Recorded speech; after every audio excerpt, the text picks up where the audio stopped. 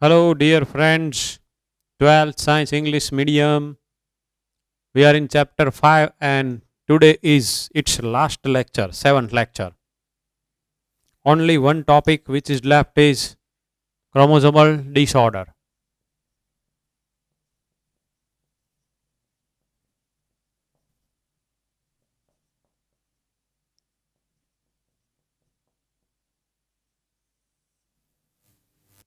We are to see what happens when there are any increase or decrease in the total number of the chromosome occurs.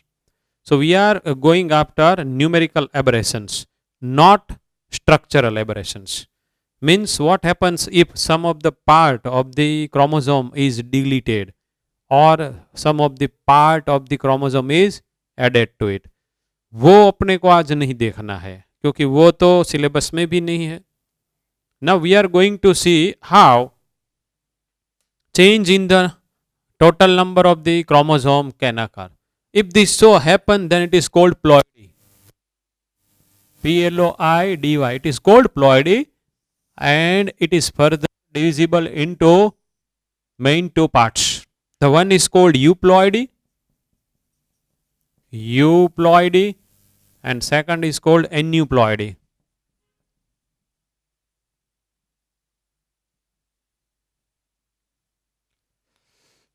Euploidy and aneuploidy. First, I have told you that if any change occur in the total number of the chromosome. Now, if any change occur in a set of chromosomes, means either one set is added or it is lost, this kind of the condition can occur. On the basis of that, the name is given euploidy. But we are to go after aneuploidy, in which what happens? Either one or two chromosomes are added or deleted.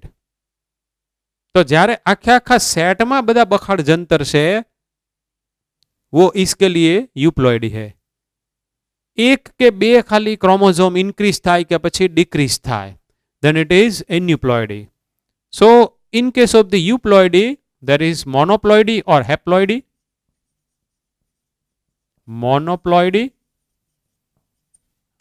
and or haploidy, diploidy, 2n, and polyploidy. Poly. Poly means so many.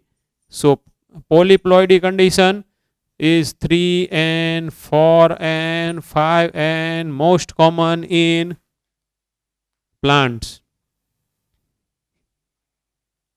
Aneuploidy is further classified into two groups. The first is hypoploidy. And the second is hyperploidy.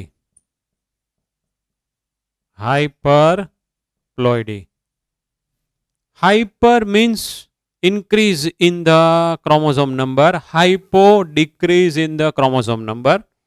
આમાં પાછા આગળ બે type, monosomy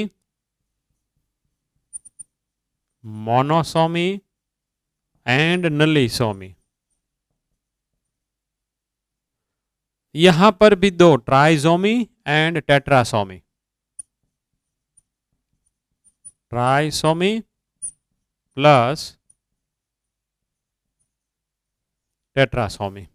Now this is very easy to understand. Monosomy, if one chromosome, 2n minus 1, I will have to write 2n minus 1, one chromosome is lost, then it is called monosomy. Only one chromosome is decreased, it is lost. So if we think about ourselves, as 2n in our body, there are 46 total number of the chromosome. But if we are losing one chromosome, then the total number would be 45. Okay. Now suppose I am losing one chromosome from the first pair, then it is called monosomy of first pair. Monosomy of first pair.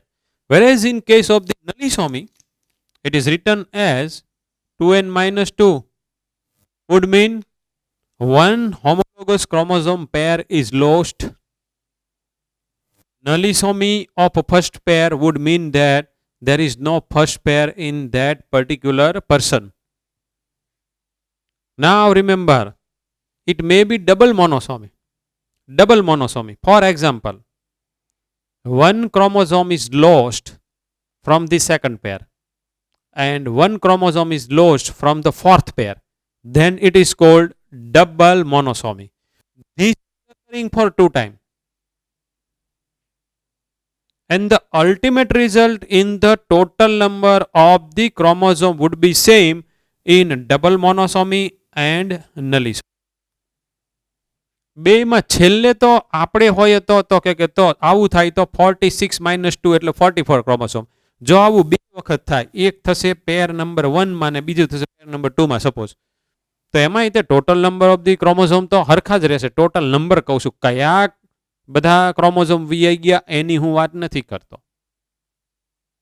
So this is to be understood.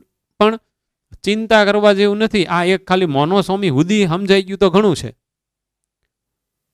Monosomy can occur in any autosome or it can occur in sex chromosome.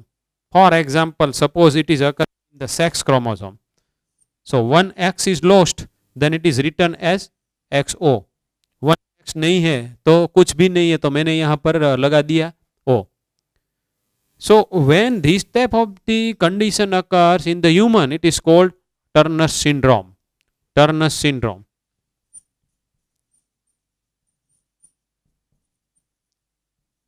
હમણાં આપણે આની slide જોશું કે આવા જે હોય, આવી જે ફિમેલ હોય એની અંદર બધા સિમ્ટમ્સ કેવા હોય. Turner syndrome. ઓકે, તો આ એક આપણે એક્ઝામ્પલ છે. Now this is called monosomy of sex chromosome. Monosomy of sex chromosome. It may be monosomy of autosomes. For example, second પેરમાંથી એક ક્રોમોઝોમ ડિલીટ થઈ ગયું. Okay. In case of the trisomy, it is written like this: 2n plus 1 would mean that one chromosome is added to a pair. તો એ જે પેરમાં બે હતા એની બદલે 3 થઈ ગયા. For example, if I would say that it is a trisomy of 21st pair, would mean that there are 3 chromosomes of 21st kind. એનો જે type હોય તમારે ઓલો માસી સાસ માં વાળા કોઠામાંથી જોઈ લેવાનું, ટેબલમાંથી. આપણે 11th માં સ્ટડી કર્યો તો યાદ હોય તો. We put chromosomes in different groups A, B, C, D, F, G, H, or on the basis of its size. એક આપણે એ કર્યું હતું અને પછી આપણે કેરિયોટાઇપ બનાવ્યો હતો. તેમાં 21st પેર ના માનો કે 3 થઈ ગયા. સપોઝ 21st પેર આવી આપણે ડ્રો કરીએ.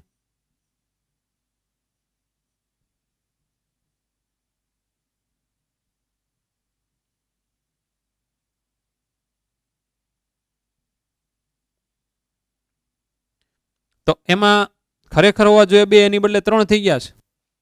સો the total number of the chromosome would be 47 in this person. This is called Down syndrome. Langdon Down scientist હતો, એણે આ ડિસ્કવર કર્યું એટલે ડાઉન સિન્ડ્રોમ કહેવાય. And one more thing we are to see, that is Klinefelter syndrome.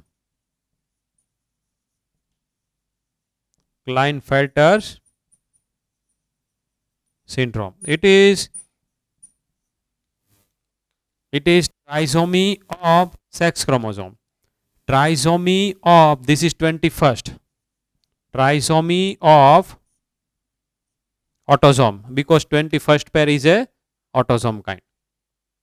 તો આ 3 આપણે ભણવાના છે: ડાઉન સિન્ડ્રોમ, પછી ક્લાઇનફેલ્ટર્સ અને ટર્નર સિન્ડ્રોમ. આ બધાના ખાલી કેવા કેવા ફીચર હોય, એના બધા કેરેક્ટરિસ્ટિક કેવા હોય એ આપણે જોશું. એ ખાલી 2 કે 3 લાઈન તમારી ટેક્સ્ટ બુકની અંદર આપેલી છે. Now here we can also double trisomy. We can use the term double trisomy. Suppose second પેરમાં એની જેવું એક થઈ ગયું, પછી ફિફ્થ પેરમાં એની જેવું એક થઈ ગયું, then it is called double trisomy. Why? Because second પેરમાં બેની જેવું એક એટલે 3 અને પછી ફિફ્થમાં તે બેની જેવું એક એટલે 3. તો એ બે જગ્યાએ થયું. But if in the second pair આની જ જેવા પાછા બે ઇન્ક્રીઝ થાય, then it is called tetrasomy. 2n plus 2. આનો મતલબ એમ થયો કે સેકન્ડ પેર જે એક પેર હતી એની જેવી પાછી બીજી એક પેર આવી ગઈ, એટલે ટોટલ 4 ક્રોમોઝોમ્સ હોમોલોગસ થઈ ગયા, બધા હરખા થઈ ગયા. That is why it is called tetrasomy. 2 plus 2 4. ऐसा हुआ. तो this you are to understand in your mind. આમાંય તે ડબલ હોઈ શકે, આમાંય તે ડબલ હોઈ શકે. ઓકે, તો આ એક જે ચાર્ટ છે એ ચાર્ટ તમારે યાદ રાખવાનો છે. અને પોલીપ્લોઇડી જનરલી મેં કહ્યું પ્લાન્ટમાં, એટલે આનું આપણે એક્ઝામ્પલ લખી નાખીએ પ્લાન્ટ. તમારે MBBSમાં આ બધું જેનેટિક્સમાં આવશે અને ફર્સ્ટ યરના પેપરની અંદર આ બધું આવશે સિલેબસમાં. પણ એની અંદર જે બધા કેરેક્ટરિસ્ટિક હોય એનું પાછું થોડું ઘણું બધું ક્લાસિફિકેશન આપ્યું હોય એ બધું થોડુંક વધારે આગળ જતું હોય, બીજું કાંઈ નથી. So let we revise fast. If any change in the number occur, then it is called ploidy. If a set is a participant, or if any single or two chromosome either added or deleted. Only n वाली condition monoploidy or haploidy, 2n वाली diploidy and 3n 5n वाली polyploidy. તો માનો કે કોઈ એક plant છે કે જે 2n વાળો છે, ઈ હવે ફ્રોમ 2n ટુ એના સેલમાં સપોઝ 3n થઈ રહ્યું છે, તો એક આખો સેટ એની અંદર ઇન્ક્રીઝ થયો. That is why it is called polyploidy. Now in case of the aneuploidy there are two main type, hyperploidy and hypoploidy. Hypo decrease, hyper increase. તો ક્રોમોઝોમ ઇન્ક્રીઝ થાય, ક્રોમોઝોમ ડિક્રીઝ થાય. જો એક જ chromosome decrease થયું, મોનોસોમી, ઈ જો બે અલગ અલગ પેરમાંથી એક એક એક એક ડિક્રીઝ થયું, then it is called double monosomy. પણ જો બે આખી પેર જ હોઈ ગઈ, then it is called nullisomy. એવી રીતે કોઈ એક પેરમાં એક ક્રોમોઝોમ ઇન્ક્રીઝ થયું, એટલે કે 2 માંથી 3 થઈ ગયા, મેં અહીંયા કરાવડાયું છે. 21st પેરમાં 1, then it is called trisomy. જો બે એની જ જેવા, ફોર એક્ઝામ્પલ સપોઝ સેકન્ડ પેરમાં જે બે હતા એની જ જેવા બે પાછા એડ થયા, ધેન ઇટ ઇઝ કોલ્ડ ટેટ્રાસોમી. તો કુલ એની જેવા 4 થઈ ગયા, એટલા માટે tetra means 4. So up to here you are to remember.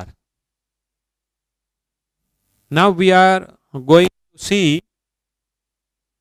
main features of a Turner syndrome, of a Down syndrome and Klinefelter syndrome. But you can tell that monosomy can occur in autosomes or in sex chromosomes. Trisomy can occur in autosome or in sex chromosome. તો આપણે જે ભણવાનું છે down syndrome, એ શું છે? તો કે ઓટોઝોમની ટ્રાયસોમી. પછી ક્લાઇનફેલ્ટર સિન્ડ્રોમ શું છે? તો કે સેક્સ ક્રોમોઝોમની ટ્રાયસોમી. પછી ટર્નર સિન્ડ્રોમ શું છે? સેક્સ ક્રોમોઝોમની મોનોસોમી. This you are to remember. એટલે ક્વેશ્ચન આવે છે ને એમાં આવી ટાઈપનું મૂકી દેશે. A person showing X O condition has which of the following features. હવે બધા ફીચર્સ હમણાં આપણે સ્લાઇડ પાડીને જોયા એટલે આપણને ખબર પડે. આ જે ડાઉન સિન્ડ્રોમ છે એના જ છે વધારે. ગોળિયું માથું હોય. પછી આ જે બધો પાછળનો ભાગ હોય ટોટલી ફ્લેટ હોય. પછી કોન્જેનાઇટલ હાર્ટ ડિઝીઝ, એટલે કે જન્મ્યો હોય ત્યારથી હાર્ટના બધા ડિઝીઝ હોય. પોતે એકદમ શોર્ટ હોય, છોટો, જે બધી મોંગોલોઇડ રેસ હતી ને એની જેવા. પછી આ એકદમ શોર્ટ હોય, એનું જે પામ હોય એની અંદર પાછી ક્રીઝ હોય ઘણી બધી. પછી એનું મોઢું અડધું ખુલ્લું હોય અને ટંગ બહાર આવી ગયો ને એ પાછી ફોલ્ડેડ હોય. એના તો ફિંગર એકદમ બધા નાના. હવે તમે વિચાર કરો, આનું તમારે ઇમેજિનેશન કરવાનું છે અને એ આપણે પાછું જોવાનું છે ને એની એક ફિગર પણ તમારી ટેક્સ્ટ બુકમાં આપી છે. તો let we see that. Okay, ये हमारा कहाँ गया, એને આપણે જોઈ લઈએ. Okay, so let we see Down syndrome. Trisomy of 21st pair it is given, as we have just studied, described by Langdon Down in the year 1866. જે આપણી બુકમાં હોય એ જોઈ લેવાનું. શોર્ટ સ્ટેચર, આખો ટૂંકો છે ને, મેં હમણાં તમને વાત કરી, with small round head, furrowed tongue, tongue એ તે ફરોડ છે, એન્ડ પાર્શિયલી ઓપન માઉથ, અડધું ખુલ્લું મોઢું હોય અને એમાંથી જીભ પાછી બહાર જ હોય. Palm is broad with characteristic palm crease, એની અંદર બધી ક્રીઝ પડી ગયેલી હોય. આપણે ખબર છે કપડા બધા ક્રીઝ વાળા થઈ ગયા તો પછી ઇસ્ત્રી કરવી પડે, આની જીભમાં ઇસ્ત્રી ન થાય. Physical, psychomotor and mental development is retarded, એટલે કાંઈ એનો બુદ્ધિઆંક હોય નહીં. આ બધા તમારે યાદ રાખવાના છે ને બોર્ડમાં તો સીધે સીધું જ પૂછાય for 2 marks. Write short note on Down syndrome, સીધે સીધું 2 માર્કની અંદર આવી જશે. Now this is the figure. You can open your book because here you can't even see. We will try to make it zoom. Now on this karyotype we are able to see here on the 21st pair 1, 2 and 3. So it's a trisomy. ત્રણ તમને હરખા હરખા દેખાય છે. So some of the characteristics, some of the features can be asked on the basis of the figure. For example, congenital heart disease, જન્મે ત્યારથી જ તે. પછી big and wrinkled tongue આપણે આવી ગયું. broad face, flat face. એટલે આ બધી સાઈડમાંથી ફોટો પડાવે ને તો કાંઈ બહુ સારો ન આવે. આમ તો જો કે આમ ગોળીઓ છે. ફ્લેટ ઓફ હેડ, પાછળ હેડની પાછળ તે ફ્લેટ છે.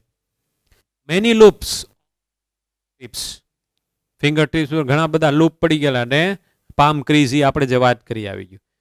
તો સારું, આટલા પાર્ટની અંદર બધી ક્રીઝ ને ફોલ્ડ ને એવું જ છે એકલું. આવું એક મોંગોલોઇડ રેસના જે બધા માણસો એને હોય, એટલે આને હાવ દેશી ભાષામાં મોંગોલોઇડ મૂર્ખતા વાળો પર્સન એના નામે પણ ઓળખવામાં આવે. આને જ તે મોંગોલોઇડ મૂર્ખતા પણ કહેવાય. ગુજરાતીમાં કહું છું હો ભાઈ. આપણે તો સારું છે ડાઉન સિન્ડ્રોમ, પણ આ બધા ગુજરાત મીડિયમ વાળાને બે યાદ રાખવાનું. મોંગોલોઇડ મૂર્ખતા is equal to Down syndrome. Now let we move on to Klinefelter syndrome. It is XXY. So the total number of the chromosome in a single cell will be 47. Presence of an addition copy of X chromosome. તો એ XY તો હતો જ, એમાં એક X આવ્યું. તો આ મેલમાં sex ક્રોમોઝોમની અંદર ટ્રાઇઝોમી કહેવાય. એટલે આનું મેલનું જે ફીચર્સ હશે એ મસ્ક્યુલાઇન એટલે કે બેઝિકલી મેલ હશે, પણ એનામાં થોડા ઘણા ફીચર્સ ફિમેલ જેવા છે, કારણ કે એક્સ એડ થયું છે ને. ઓવરઓલ મસ્ક્યુલાઇન આવ્યું ને રિલેટેડ ટુ મેલ, તો એનામાં મસ્ક્યુલાઇન ડેવલપમેન્ટ તો હોય, but feminine development is also there. That is development of breast just like a female. એની જે છાતી છે એ ફિમેલની જેમ ડેવલપ થયેલી હોય. That is gynaecomastia. એને શું કે ગાયનેકોમેસ્ટિયા? તો હવે ગાયનેકોમેસ્ટિયા એટલે મેલમાં ફિમેલ જેવા ફીચર આવ્યા. એણે એક આપણને એક્ઝામ્પલ આપ્યું કે મેલમાં ફિમેલ જેવી ચેસ્ટ થઈ ગઈ. Is also expressed. આવી ગયું. Such individuals are sterile. They are not able to produce their progenies. Gynaecomastia, swelling of the breast tissue of body. તો જનરલી બ્રેસ્ટ ટિશ્યુ જે અંદર આવેલી હોય, આપણને બધાને ખબર છે કે મેમરી ગ્લેન્ડ ડેવલપ હાઈલી થાય જ્યારે ફિમેલને એમાંથી મિલ્ક આવવાનું હોય, જ્યારે એ પોતે બેબીને બર્થ આપે ત્યારે. તો આનામાં એવી રીતના ફિમેલની જેમ ડેવલપમેન્ટ થયેલું છે. તો એ જે કન્ડિશન છે એનું નામ પાડ્યું ગાયનેકોમેસ્ટિયા. આ યાદ રાખવાનું. આ એની ફિગર આપણી ટેક્સ્ટ બુકમાં આપેલી છે. Now it is Turner syndrome. This is the female, કારણ કે ફિમેલમાં બે એક્સ હતા, એમાંથી એક એક્સ વિયો ગયો છે. So this is called monosomy of sex chromosome in the female. તો absence of one of the X chromosome 40 XO, total 46 હતા, એમ આવી ગયું. સચ ફિમેલ્સ એ પણ એમના બધા ઓફસ્પ્રિંગને બર્થ ન આપી દે. As ovaries are rudimentary. Ovaries જ હાવ ખાલી એકદમ હાવ અંડર ડેવલપ, હાવ નાની છે. રૂડિમેન્ટરી એટલે ખાલી અવશેષ જેવું, પણ એ ફંક્શનલ તે નથી. Lack of other secondary sexual characteristic. હવે ઓવરીસ નથી તો એના બધા સેક્સ હોર્મોન નહીં હોય, તો એ બધા સેક્સ હોર્મોનને કારણે સેકન્ડરી સેક્સ્યુઅલ કેરેક્ટરિસ્ટિક ડેવલપ થતા હતા, એ બધા નહીં થાય. તો તમે એવું અત્યારે યાદ રાખો કે ક્લાઇનફેલ્ટર મેલમાં જોવા મળે, પણ એનામાં ફીચર ફિમેલ જેવા આવ્યા. સિન્ડ્રોમ ફિમેલમાં જોવા મળે, એમાં ઓલું ન હોય એટલે એનામાં મેલ જેવા થોડાક ફીચર. આવી રીતને તમે ખાલી યાદ રાખો. Okay, so this lesson is over here. મારે તમને આ લેસનમાં ઘણું બધું એક્સ્ટ્રા ભણાવવાનું. એક એક્સ્ટ્રા હું અત્યારે તમને ભણાવું, કારણ કે મેં જે તમને ભણાવી દીધું છે એની સાથે રિલેટેડ છે. તો જ્યારે મેટાબોલિઝમની અંદર બધા ડખા થાય તે વખતે જે બધા ડિસઓર્ડર થાય, એમાં આપણે એક જોયો હતો, ઇટ વોઝ ફિનાઇલ કીટોન્યુરિયા PKU. તો એમાં શું થતું હતું? ફિનાઇલ માંથી ટાયરોસિન, હવે પછી ટાયરોસિનમાંથી melanin with the help of the enzyme called tyrosinase. તો એના રીતે પાછા બધા જીનોટાઈપ હશે, જીન્સ હશે એક એવું. એટલે જો એ બધા જીનમાં કોઈ જાતના બધા ऑल्टरनेशन और वी कैन से म्यूटेशन हो गया तो वो एंजाइम नहीं होगा टायरोसिनेज, तो मेलेनिन नहीं बनेगा. Then the disease occurs which is known as albinism. આવું એક ડિસીઝ જોઈ લઈએ અને એક આપણે જોઈ લઈએ આલ્કેપ્ટોન્યુરિયા. હવે બરાબર જોજો, પહેલા હું તમને આલ્કેપ્ટોન્યુરિયાનું બેઝિક ભણાવું છું કે નોર્મલ જીનોટાઈપ કેપિટલ એ અને કેપિટલ એ સ્મોલ એ હોય તો હોમોજેન્ટિસિક એસિડ ઓક્સિડેઝ નામનો એન્ઝાઇમ ફોર્મ થાય, અને ઈ પાછો એન્ઝાઇમ કોની પર એક્શન કરે? તો કે homogentisic acid, so as it is converted into acetoacetic acid. આવું થાય. પણ જેનામાં સ્મોલ એ વાળી કન્ડિશન હોય તો recessive homozygous condition will not synthesize this enzymes. તો એનામાં શું થાય કે જો સ્મોલ એ હોય present, so enzyme will not be form, so therefore homogentisic acid accumulated in blood, એ પછી યુરિનમાં જાય. આવો જ્યારે માણસ જાય ત્યારે એનું યુરિન એરની સાથે કોન્ટેક્ટમાં આવવાથી it will turn into black colour. એટલે એને ભાર પડે કે આ શું થયું, મારા યુરિનમાં બ્લડ આવ્યું એમ થાય. પણ ખરેખર તો યુરિનનો કલર જે છે એ જ છે, પણ ઓલી એર અડી એટલે એની અંદર બધી કેમિકલ પ્રોસેસ થઈને it is turn into black colour. તો આવો જે ડિસઓર્ડર થયો એને કહેવાય આલ્કેપ્ટોન્યુરિયા.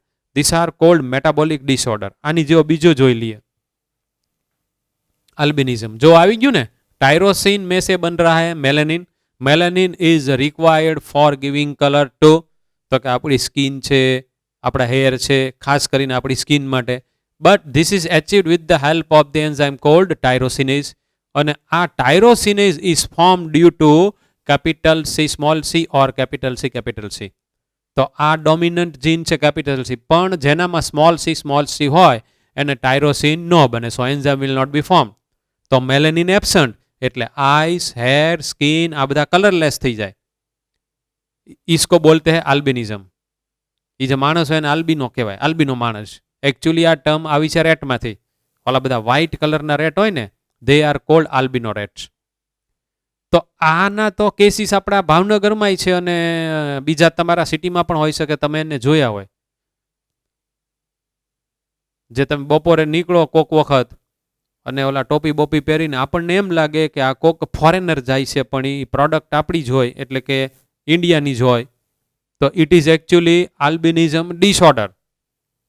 It is a one kind of the we can say genetic disorder. એ આપણો જ છે, અહીંનો જ છે, પણ એનામાં બિચારામાં સ્મોલ સી આવી ગયા એટલે ટાયરોસિનેસ પ્રોડ્યુસ ન થયું, એટલે મેલેનિન ન બન્યું, એટલે એ ધોળિયો થઈ ગયો. પણ એનામાં મેલેનિન ન બન્યું, આ એક ટાઈપનો ડિસઓર્ડર થયો. ઓલા બધા ધોળિયા તો પાછા પિંકીશ હોય, એનામાં પાછું મેલેનિન બનતું હોય પણ થોડુંક ઓછું રિલેટિવલી, ઓલા બ્લેક હોય એની કરતા. તો આની તો તમે પાપણ જોવો ને તોય વ્હાઇટ, બધું આવું જ હોય. અને સનલાઇટ આવે તો માનો ઉનાળામાં નીકળ્યો હોય તો આમ બહુ એનાથી સનલાઇટ સહન ન થાય. આપણે ભાવનગરમાં આવા એકાદ બે જણા છે, એને આપણે આલ્બિનો જ કહેવાય. તો આ એક આપણે એક્સ્ટ્રા ખાલી બે વસ્તુ કરી. આનું તમારે ક્લિકિંગ એક આ સ્લાઇડનું કરવાનું, હું આવી જાઉં તો હાલે. એક આ સ્લાઇડનું કરવાનું, આલ્કેપ્ટોન્યુરિયા, એક આપણે આલ્બિનિઝમ, અને થર્ડ કયું જોયું તું ફિનાઇલ કીટોન્યુરિયા. આ ત્રણે ત્રણ મેટાબોલિક ડિસઓર્ડર જ કહેવાય. એક આ કરવાનું. ઓકે, તો તમારે હવે ચેતન સરનો એક પાઠ ઓલો એક નાનકડો એવો છે, ઓલા બધા આ બધા કડની અંદર બધા બેક્ટેરિયા હોય, એમાંથી શું બને, પછી ફલાણા બેક્ટેરિયા શું બનાવે ને, ઢીકણા બેક્ટેરિયા શું બનાવે ને, લોકણા બેક્ટેરિયા શું બનાવે ને, એક માઇક્રોબ્સ વાળો લેસન આવશે, પણ એ પ્યોર ગોખવાનો છે. એમાંથી સીધે સીધા બધા ક્વેશ્ચન આવે છે, એ બી, એમાં આની સામે આ, આની સામે આ, એવા જ આવે સીધા. એક જ જેટલો ક્વેશ્ચન એમાંથી હોય છે, એક કે બે, કારણ કે એ પાઠ બહુ નાનો છે. તો એ પાઠ તમારે કાં તો શરૂ થઈ ગયો હશે કે હવે શરૂ થશે, એટલે એમાં ડેઇલીનું વર્ક ડેઇલી અને તાત્કાલિકપણે, કારણ કે ગોખવાનું છે એટલે 5 વખત 8 વખત 10 વખત લખાઈ જવું જ પડે. આપણે કેમ ઓલા એનિમલ બ્રીડિંગ વાળા પાઠની અંદર બધી વસ્તુ હતી કે ભાઈ ફલાણો રોગ તો કે આવી ટાઈપની ફંગસથી, પછી એની સામે પાછી ડેવલપ કરેલી વેરાયટીનું નામ આવું બધું હતું. એવી ટાઈપનો એ આખો લેસન છે. એક જ પાર્ટ એની અંદર અન્ડરસ્ટેન્ડિંગ વાળો છે. તો એ બધા વ્યવસ્થિત ભણજો. અને અહીંયા આપણે આજનું લેક્ચર, આમ તો આજનું લેક્ચર નહીં, આજનો આપણે આ પોર્શન પૂરો કરીએ છીએ. હજી તો ટાઈમ વધ્યો છે એટલે આપણે નવો પાઠ પાછા સ્ટાર્ટ કરશું.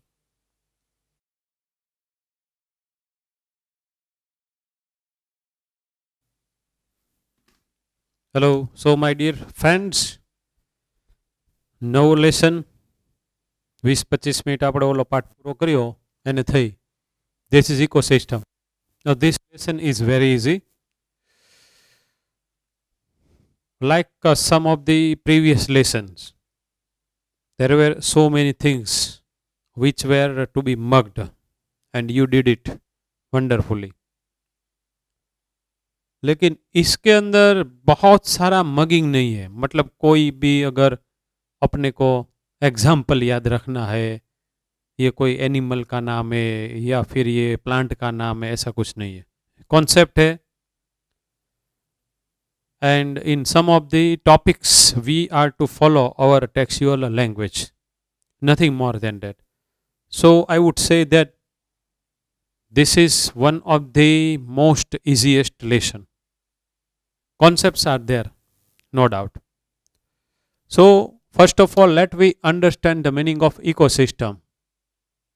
It is a functional unit present in our nature where we find interaction amongst all the living organisms and a physical environment that surrounds all these living organisms. Simple ભાષામાં કહીએ તો એવું થયું કે એ એક એવી પ્લેસ છે નેચરમાં where we find interaction amongst the animals. બધા જે બધા એનિમલ્સ છે એ બધા એકબીજાની સાથે ઇન્ટરેક્ટ કરે છે. This interactive relationship, we can say, may be either beneficial for this both kind of the animals, may be harmful at only one level, may be harmful at both the levels, but certainly interaction is there. તો બધા different કાઇન્ડના living organism વચ્ચે interaction થતી હશે અને એક જ કાઇન્ડના હશે એની વચ્ચે પણ થતી હશે ઇન્ટરેક્શન. અને આ બધા જ તે લિવિંગ ઓર્ગેનિઝમ્સ છે એની પાછી ઇન્ટરેક્શન ત્યાંના જે બધા એબાયોટિક ફેક્ટર્સ છે કે ટેમ્પરેચર છે, પછી એટમોસ્ફિયરની અંદર માનો કે ઓક્સિજન છે કે પછી CO2 છે કે પછી વોટર વેપર છે, તમે કોઈ પણ એની આજુબાજુનું સરાઉન્ડિંગ ફિઝિકલ એન્વાયરમેન્ટ તમે લઈ લો. જો એ વોટર બોડી હોય તો એ વોટર પોતે, પછી એની અંદર ડિઝોલ્વ ઓક્સિજન ને CO2 ને બધું કેટલું છે, પછી તમે સોઇલ લઈ લો તો સોઇલના બધા each and every component તમે લઈ લો. તો in short we can say that biotic community interact with abiotic factor that surrounds it.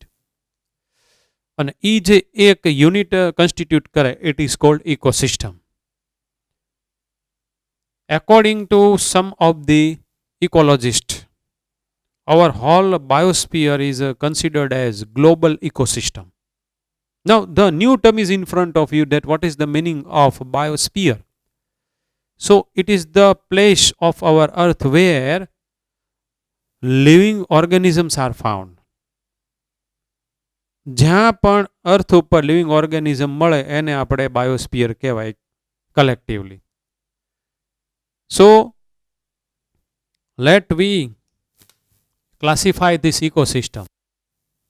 It may be terrestrial or aquatic. Aquatic or terrestrial. તો ભાઈ ટેરેસ્ટ્રીયલ ઇકોસિસ્ટમના એક્ઝામ્પલ કયા આવશે? ફોરેસ્ટ લેવું હોય તો આમાં લેવાય, પછી ડેઝર્ટ આમાં લેવાય, પછી ગ્રાસલેન્ડ આમાં લેવાય, ઘાસના બધા મેદાનો આપણે જેને કહીએ. Now if I write forest, grassland, desert, aquatic, we are aware, lake and pond and river and estuary. તો જેટલી તમે વોટર બોડી છે નાનીથી શરૂ કરીને મોટી ઓશિયન લઈ લો તો પણ ચાલશે, એ આપણે એક્વેટિકની અંદર લઈ લઈએ. તો આ બે થઈ મેઇન. હવે આમાંય તે if we think about forest we are to think about its component that is biotic and abiotic. Component બેયના તમે આ લ્યો કે આ લ્યો તો બે જ રહેવાના, બાયોટિક કે એબાયોટિક. But biotic community varies from forest to grassland to desert. અહીંયા જે બધા લિવિંગ ઓર્ગેનિઝમ હોય આમાં ન જોવા મળે, પોન્ડ કે લેકમાં ન જોવા મળે, ત્યાં હોય આની અંદર ન જોવા મળે. પછી ગ્રાસલેન્ડ હોય એ પાછા ફોરેસ્ટ, વળી પાછા ફોરેસ્ટમાંથી આપણે ડેઝર્ટમાં આવીએ તો એની અંદર વેરિએશન આવ્યા કરે. Variation we can observe. So if we will be watching some of the component of the ecosystem and its a function we can say. તો આપણી આગળ અત્યારે કમ્પોનન્ટ બે આવ્યા. Component number 1 biotic component, number 2 abiotic component. All living organism અને એના જે બધા આજુબાજુના એન્વાયરમેન્ટલ ફેક્ટર્સ બે આવ્યા. આ બેની વચ્ચે ઇન્ટરેક્શન થઈને બધું હાલ્યા કરતું હોય. In case of the forest, if you take this forest, in our book it is given that stratification is observed. Vertical stratification.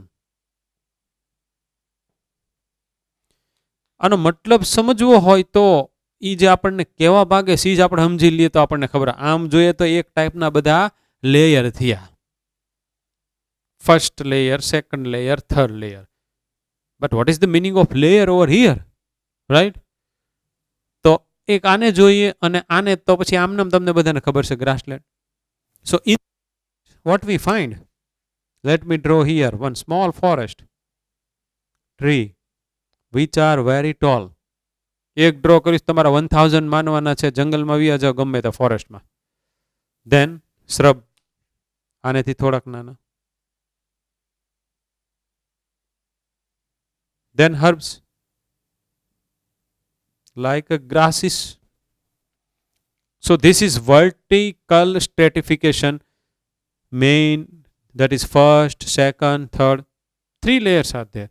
Whereas if we think about grassland ecosystem, stratification is totally different to forest. Forest માં બહુ સારું છે, ગ્રાસલેન્ડમાં ખાલી આ જ ટાઈપના હોય, આવા કોક જગ્યાએ સ્કેટર્ડ હોય તો બાકી નો જ હોય ને. આ તો હોય જ નહીં, ટ્રી તો મોટા હોય જ નહીં, નહીં ડેઝર્ટમાં હોય નહીં ગ્રાસલેન્ડમાં હોય. So highest level of stratification we can observe in forest. We can observe in forest. That you have to understand. તો આ છે ઈ સ્ટ્રેટિફિકેશન વર્ટિકલ. આમ તો વર્ટિકલ એટલે ઊભું થાય ને. તો આપણે જ્યારે ફોરેસ્ટમાં જઈએ ત્યારે કે આપણને એવી રીતના ન દેખાય કે ઓહ આમે આમ બધા એકલા ટ્રી, શ્રબ્સ, હર્બ્સ, એમ ન દેખાય. બધા છૂટાછવાયા હોય, સ્કેટર્ડ હોય. તો જ આપણે એને આ રીતને ફિગરમાં દોરી અને સમજી શકીએ. છૂટાછવાયા મારે તો અત્યારે દોરવા પડે આવી રીતને, તો જ આપણે એને બહુ ઇઝીલી સમજીએ કે ઓકે એકની લેન્થ ઓછી, એકની એનીથી વધારે, એકને એનીથી વધારે. તો સ્ટ્રેટિફિકેશન દરેક ઇકોસિસ્ટમમાં it vary from ecosystem to ecosystem. Now we are to see some of the aspects. એમાં પહેલું આપણે જે જોશું આની અંદર આસ્પેક્ટમાં એ બહુ એટલે આમ એક આમ આપણે જેને કહેવાય ને કે આપણે ઇકોસિસ્ટમને સમજવી હોય તો આ જે બધા ઇન્ટરેક્શન છે એ બધાને સમજવા માટે આપણે એકાદ વસ્તુ સમજવી જોઈશે. તો આપણે એક ક્લાસિકલ એક્ઝામ્પલ એક નાનકડી એવા ઇકોસિસ્ટમનું લઈ લઈએ અને એમાં જે આસ્પેક્ટ્સ બધા છે we are going to discuss all this aspects.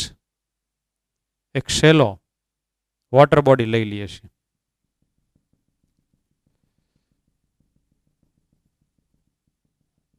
એમાં ન્યુટ્રિયન્ટ સાયકલ આવે, એમાં એનર્જી ફ્લો આવે, એની અંદર બધા પ્રોડ્યુસર્સ આવે,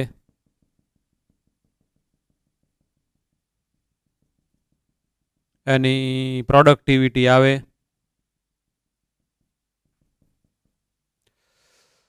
I have drawn one water body.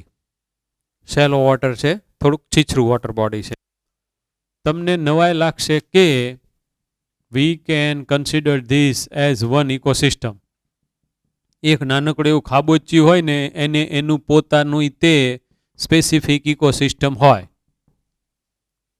એક વોટર બોડી છે, અત્યારે તો આવા કેટલાય બધા થઈ જાય મોન્સૂન હાલતું હોય એટલે. તો એના જે બધા કમ્પોનન્ટ છે that we are to think first of all. So let me put it one by one over here. First is producer. તો આપણે પેલો એક પ્રોડ્યુસર જોશું. Some of the aspects we are to see. Then the interaction we will see. Then how the nutrient cycle is going on. Then we will see about abiotic factors. And then we can see the exchange of the energy that occurs from the producer to consumer level 1, 2, 3, all these things. તો આ બધા aspect આપણે સમજી લઈએ તો we will come to know exact idea of ecosystem, exact idea of interaction amongst living with non-living. તો પ્રોડ્યુસર્સમાં અહીંયા કોણ છે? તો ભાઈ જોજો, some of the phytoplankton. Let me write it over here. Phytoplankton. એકદમ small living organism which have ability to synthesize its own food. એ બધા phytoplankton કહેવાય. તો એ બધા અહીંયા નાના નાના હશે. બીજા કયા છે? તો કે સમ ઓફ ધી ફ્લોટિંગ પ્લાન્ટ્સ, જે બધા તરતા પ્લાન્ટ હોય એ થોડાક હશે. સમ ઓફ ધી સબમર્જ્ડ, થોડા ઘણા આમ કરીને અંદર ડૂબેલા હશે એ હશે. અને આ જે એજ ઉપર હોય બધા નાના નાના એ હશે, ઓન ધ એજ. આ બધા ડૂબેલા અંદર, સબમર્જ થોડા. Okay, I have drawn it with the help of the green color would mean that all these contain chlorophyll, so we can call this as autotrophs. All are autotrophs. Autotrophs collectively considered as producers. તો જો આમાં ઘણું બધું ભણવાનું આવવાનું છે. Autotrophs શું કરે? તો with the help of the inorganic substance and with the help of the sunlight they synthesize organic matter like glucose molecule. Now these all are eaten up by consumer. તો હવે આપણે અહીંયા જો ફાઇટોપ્લેન્ક્ટન કર્યું તો મારે હવે બીજા અહીંયા કેવું મૂકવાનું? તો કે I will put zooplankton. તો zooplankton પણ આ બધાની જેવા જ બિચારા છોટા છોટા છે. અમીબા કે એવું કાંક તમે લઈ લ્યો ચાલશે. zooplankton પણ ઈ બધા કોણ છે? તો કે they rely on autotrophs like phytoplankton for their food. Food માટે ઈ પાછા ફાઇટોપ્લેન્ક્ટન ઉપર જ આધાર રાખે છે. તો આ બધા સ્મોલ ઓર્ગેનિઝમ, આ બધા સ્મોલર ઓર્ગેનિઝમ જ છે. તો જે બધા ગ્રીન છે કે જે બધા ઓટોટ્રોપ છે કે જે બધા ફોટોસિન્થેસિસ કરવાની એબિલિટી વાળા છે એ બધા આ આખી એક ઇકોસિસ્ટમ માટે ફૂડ પોતે બનાવે છે, પ્રિપેર કરે છે. That is Y they are cold producers. Produce કરે છે ફૂડ. જેટલી એમાઉન્ટમાં આટલા એરિયાની અંદર આનાથી ફોટોસિન્થેસાઇઝ થાય અને જેટલો ગ્લુકોઝ પ્રોડ્યુસ થાય, જેટલું ઓર્ગેનિક સબસ્ટન્સ પ્રોડ્યુસ થાય, જેટલાનો બાયોમાસ બનાવે, એને આપણે કહીશું it's a production. It's a primary production. જેટલું એ પોતે બનાવે ફોટોસિન્થેસાઇઝ કરીને. Now let we move on to ઝૂ પ્લેન્કટોન્સ. તો આ બધા consumer.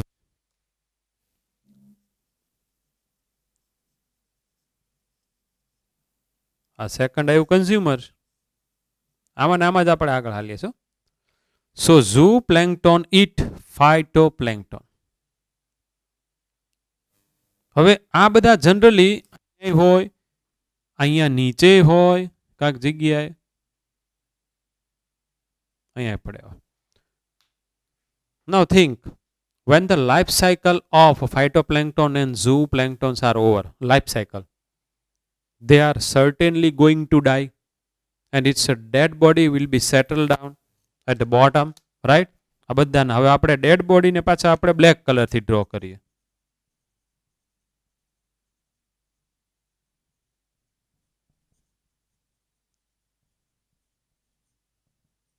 Dead bodies. So these dead bodies must be decomposed. It is achieved by decomposer. So here third category we can write decomposer.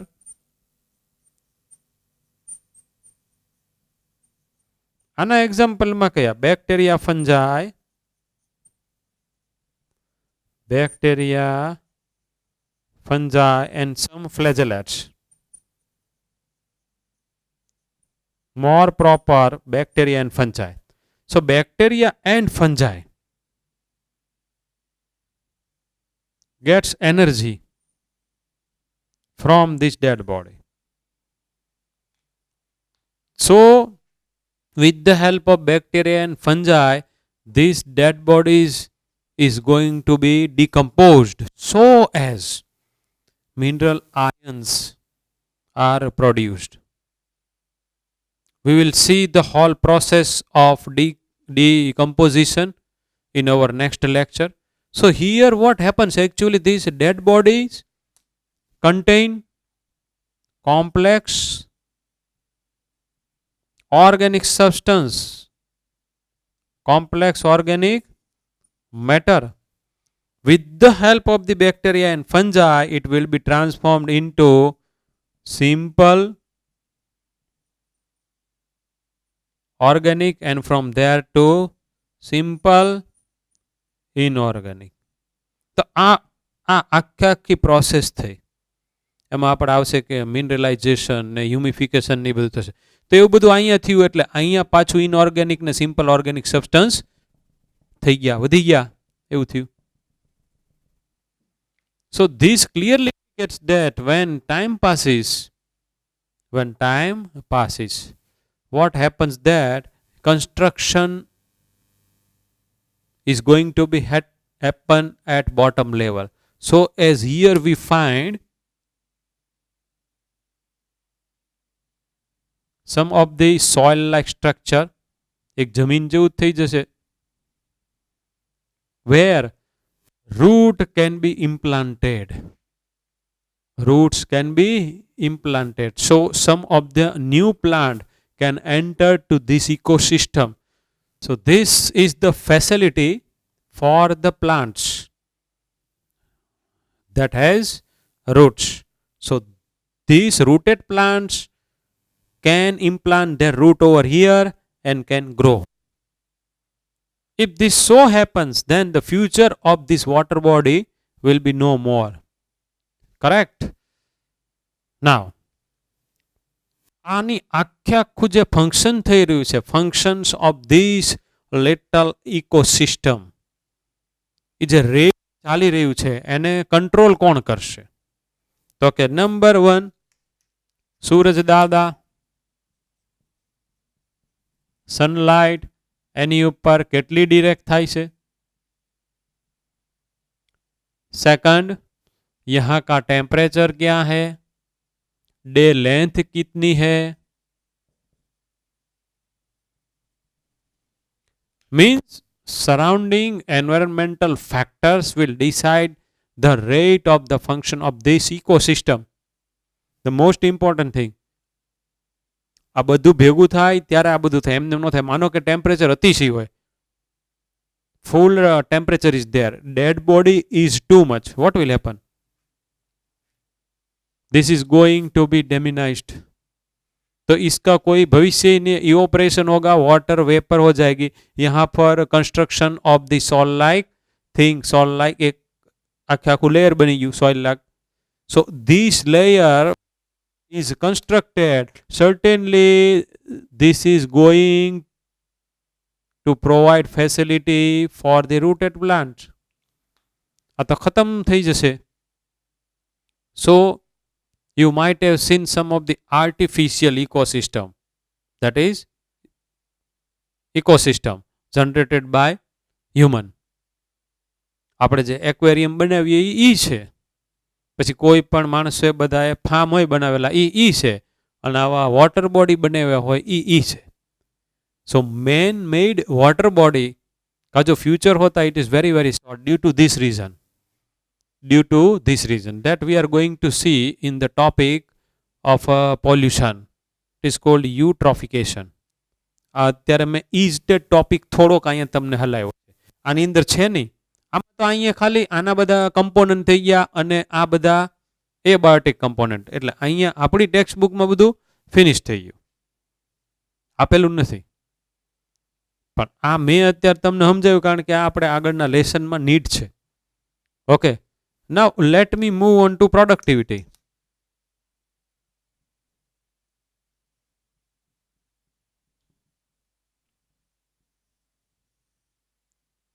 Productivity તો હવે productivity ખરેખર કોને કહેવાય? તો કે હમણાં મેં તમને કીધું કે કોઈ પણ એક ઇકોસિસ્ટમ તમે લઈ લ્યો, એની અંદર ગીવન એરિયામાં ફોટોસિન્થેસિસ થઈને જેટલું ઓર્ગેનિક મેટર પ્રોડ્યુસ થાય એને એ ઇકોસિસ્ટમનું એટલા એરિયાને હું એક ટાઈપનું પ્રોડક્શન થયું એવું આપણે કહીએ. પણ when we are using term productivity, we must use term rate. હવે જોજો બરાબર સમજો, પ્રોડક્શન કેટલું? તો કે અમુક gram per metre square production, અમુક gram per metre square, or in term of energy અમુક kilo calorie per metre square.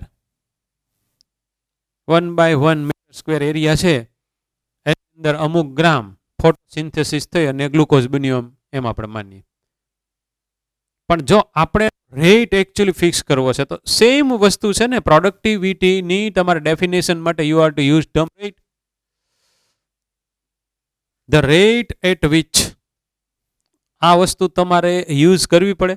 તો હવે જો એનો એક ખાલી હું યુનિટ મૂકું કે ગ્રામ per metre square per 1 year, કયા રેટે? તો કે અમુક ગ્રામ, માનો કે 100 ગ્રામ per metre square per 1 year. So this indicate it's rate for the photosynthesis, rate for the production of the organic matter in a given area in a given time is known as productivity. તો હવે આમાં તમે વી આવો તો કે આ 1 છે, આ 2 છે, આ 3 છે, આની અંદર પ્રોડક્ટિવિટી કોની વધારે થાય? સર્ટેનલી ફોરેસ્ટની તમને બધાને ખબર પડી જાય. સો if I ask you one simple question that productivity depends on, એમાં એક પાછું પ્રાઇમરી હોય, એક સેકન્ડરી પ્રોડક્ટિવિટી હોય, બધું હમણાં આપણે જોશું. પણ ધીસ પ્રોડક્ટિવિટી ડિપેન્ડ્સ ઓન, તો કે પહેલાં જ તમે કે સર એને સનલાઇટ કેટલી મળે છે, જો ઓછી મળતી હશે તો ઓછો થશે. પછી એની આગળ બધા લીફ કેટલા છે, એની અંદર ફોટોસિન્થેસિસ કેટલા રેટે થાય છે. This are the factors. એટલે કે એ પોતે પ્લાન્ટ કયું છે તો આની અંદર પ્રોડક્ટિવિટી વધારે હશે, આની અંદર ઓછી હશે. ઓકે, સો પ્રોડક્ટિવિટી માં એક હોય પ્રાઇમરી પ્રોડક્ટિવિટી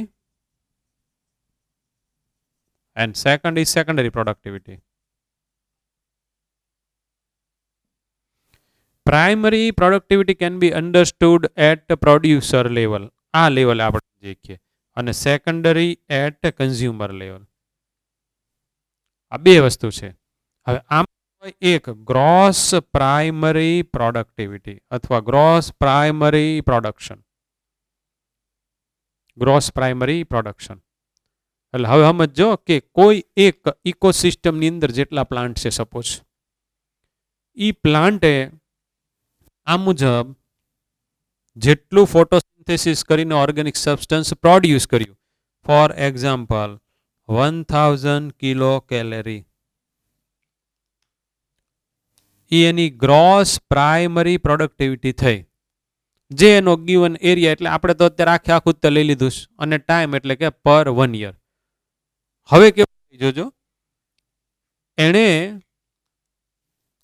આ આપણે કિલો કેલેરી કર્યું, જો આપણે એને કિલોગ્રામમાં કરીએ તો સપોઝ 1000 kg ઓફ ગ્લુકોઝ, આવું આપણે રાખીએ. કાં તો આ લઈ શકાય, કાં તો આ લઈ શકાય, in term of energy or in term of its biomass. તો આટલું થયું. આપણે અત્યારે માનો કે ગ્લુકોઝના 1000 મોલિક્યુલ એણે પ્રોડ્યુસ કર્યા પ્લાન્ટે બધાએ. ઓકે, હવે આ જે એણે 1000 ગ્લુકોઝ મોલિક્યુલ પ્રોડ્યુસ કર્યા છે, સિન્થેસાઇઝ કર્યા છે, out of these 1000 some of the molecules are utilized for its body for making successful its a physiological activity, for its a respiration. Okay, તો આ જે લોસ થયો ને, તો જેટલો પાછો રેસ્પિરેશનમાં લોસ થાય, minus respiratory loss, R loss ખાલી હું અમસ્તો આવી રીતે લખી નાખું છું. હવે જે બાકીનું રહ્યું એને નેટ પ્રાઇમરી પ્રોડક્શન અથવા તો પ્રોડક્ટિવિટી કહેવાય, નેટ એનપીપી કહેવાય. So GPP minus respiratory loss is equal to NPP. Now this is the available biomass energy for consumer. તો આ હવે કોણ લેશે? તો કે this is for consumer. This is for consumer. તો હવે કન્ઝ્યુમર શું કરશે? એનપીપી જેટલું લેશે એમાંથી ઈ પે, some of the mass will be utilize for its body, અને બાકીનો જે રાખશે એને આપણે શું કહેશું? Secondary productivity.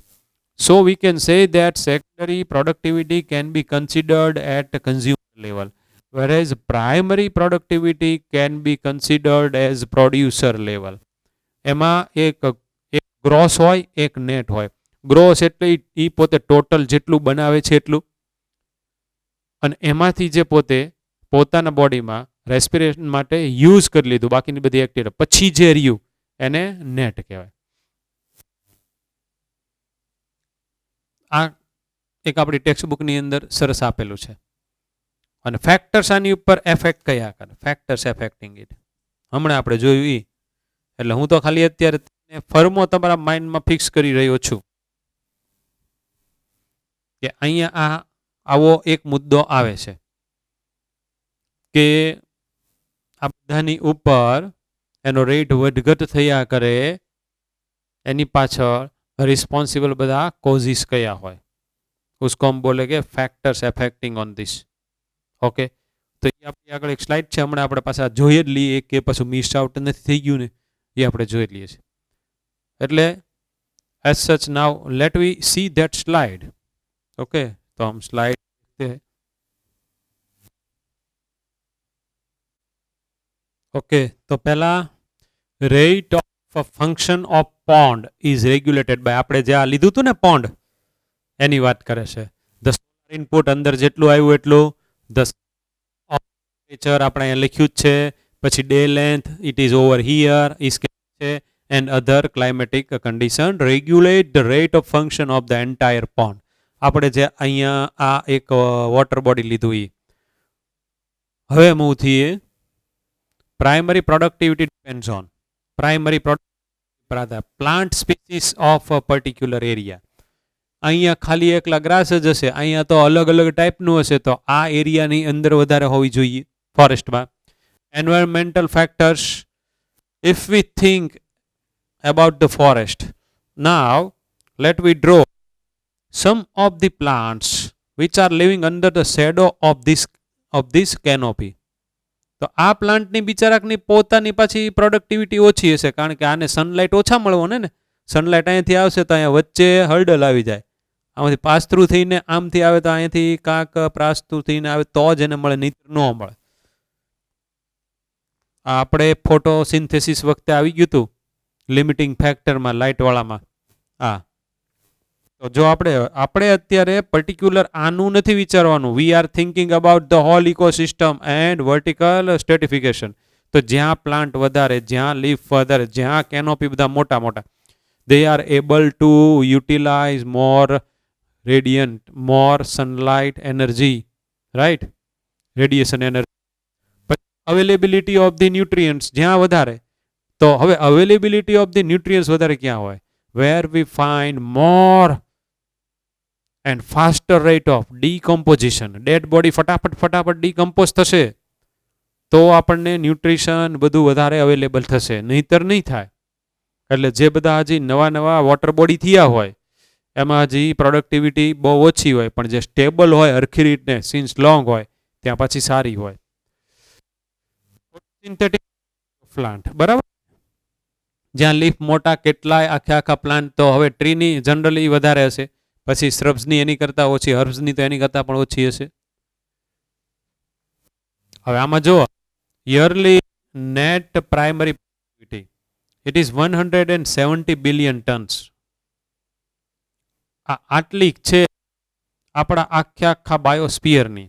હવે તમને ખબર છે કે ઓશિયન છે એણે લગભગ 70% ભાગ રોકીને બેઠું છે, છતાં પણ એની પ્રોડક્ટિવિટી ખાલી 55 બિલિયન જ છે આઉટ ઓફ 170. તો જે ખાલી 25% લેન્ડ ઉપર જેટલા બધા પ્લાન્ટ છે એની પ્રાઇમરી પ્રોડક્ટિવિટી બહુ સારી થઈ. તો આના શું કારણ હોય છે કે વિચારો તો, ઓશિયનની બાકીના કરતાં શા માટે ઓછી? આને તો વધારે જગ્યા રોકેલી છે ને ઓન ધ અર્થ.